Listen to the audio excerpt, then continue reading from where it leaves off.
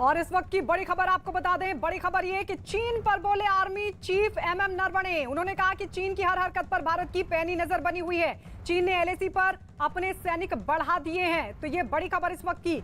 हम हर चुनौती के लिए तैयार हैं, ये आर्मी चीफ की तरफ से कहा गया। उन्होंने कहा कि इसी महीने 13वें दौर की बातचीत होगी, तो गतिरोध का हल बातचीत से ही निकलेगा। एमएम नरवणे की तरफ से ये जोर देकर उन्होंने कहा कि एलएसी पर 6 महीने से हालात सामान्य हैं, लेकिन किसी भी चुनौती से निपटने के लिए हम तैयार हैं। आतंकियों की मदद कर रही है पाक सेना, ये भी एमएम नरवणे की तरफ से कहा गया। उन्होंने कहा कि लगातार हम हर स्थिति पर नजर बनाए हुए हैं। चीन पर आर्मी चीफ नरवणे ने कहा कि चीन की हर हरकत पर भारत की पैनी नजर। ज्यादा जानकारी के लिए हमारे सहयोगी संदीप बोल जुड़ गए हैं। क्या कहा आर्मी चीफ ने, संदीप?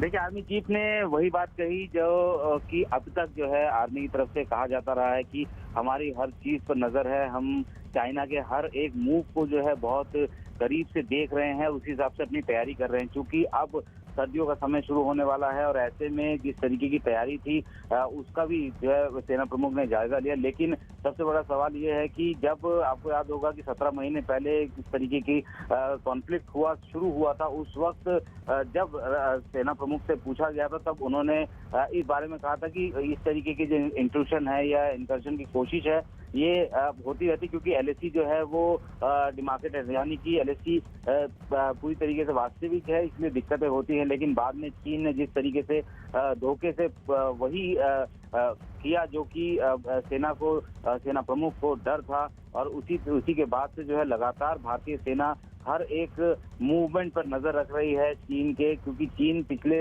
लंबे समय से तिब्बत में अपने सैन्य व्यवस्थाओं को तेज करने में जुटा हुआ था। जो गर्मियों में जो उनकी एक्सरसाइज होती थी, उन एक्सरसाइज खत्म करने के बाद भी उसने अपने सेना को पीछे नहीं भेजा। बताया जा रहा है कि बहुत बड़ी तादाद में जो है चीन ने अपने सैनिकों को अभी भी वहां पे रखा हुआ है, और बताया और कहा यह भी जा रहा है कि काफी सारे सैनिकों को और बढ़ाया भी है। आपको याद होगा कि विदेश मंत्रालय की तरफ से संदीप सुन लेते हैं आर्मी चीफ ने कहा क्या।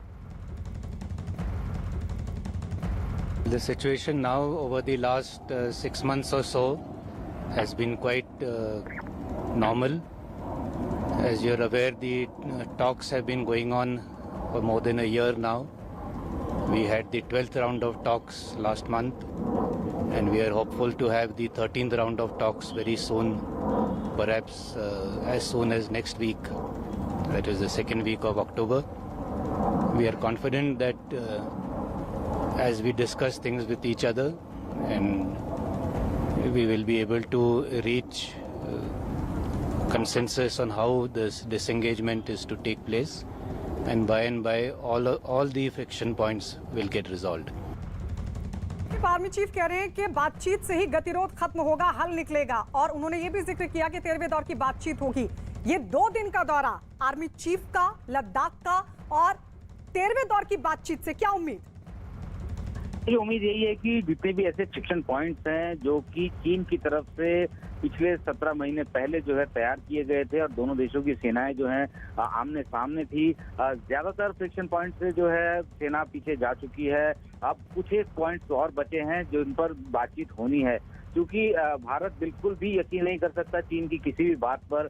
लिहाजा जो डिसएंगेजमेंट का प्रोसेस है बहुत ही धीरे धीरे स्टेप बाय स्टेप हो रहा है, क्योंकि भारत ने अगर अपनी सेनाएं पीछे की तो ये कहना बहुत मुश्किल है कि चीन जो है वो अपनी सेनाएं पीछे करेगा, क्योंकि उसकी हरकतें जो है वो सारी दुनिया जानती है। लिहाजा जो अभी अगली जो बातचीत होगी उसमें ये डिसाइड किया जाएगा कि कैसे सेनाओं को जो है पीछे किया जाए, क्योंकि डिसएंगेजमेंट जरूर हो रहा है लेकिन डी एस्केलेशन नहीं हो रहा है। यानी कि आमने सामने जो सेनाएं हैं वो जरूर पीछे हट रही हैं, लेकिन जो सेना का जमावड़ा है लद्दाख में वो कम नहीं किया जा रहा है, और उसकी सिर्फ और सिर्फ ये वजह है कि भारत को पता है कि चीन अपनी बातों पे कभी भी स्टैंड नहीं करता, और वो कभी भी उस तरीके की स्थितियां ला सकता है जो कि 17 महीने पहले उसने लेके आया था। और यही वजह है कि अभी भी बड़ी संख्या में जो है तकरीबन 50 से 60 हजार सैनिक जो है भारत के, और उधर चीन के भी 50 से 60 हजार सैनिक ईस्टर्न लद्दाख के हिसाब एरिया में जो है तैनात है, मौजूद है। संदीप, एक बार सुन लेते हैं आर्मी चीफ ने सेना के डिप्लॉयमेंट को लेकर क्या कहा।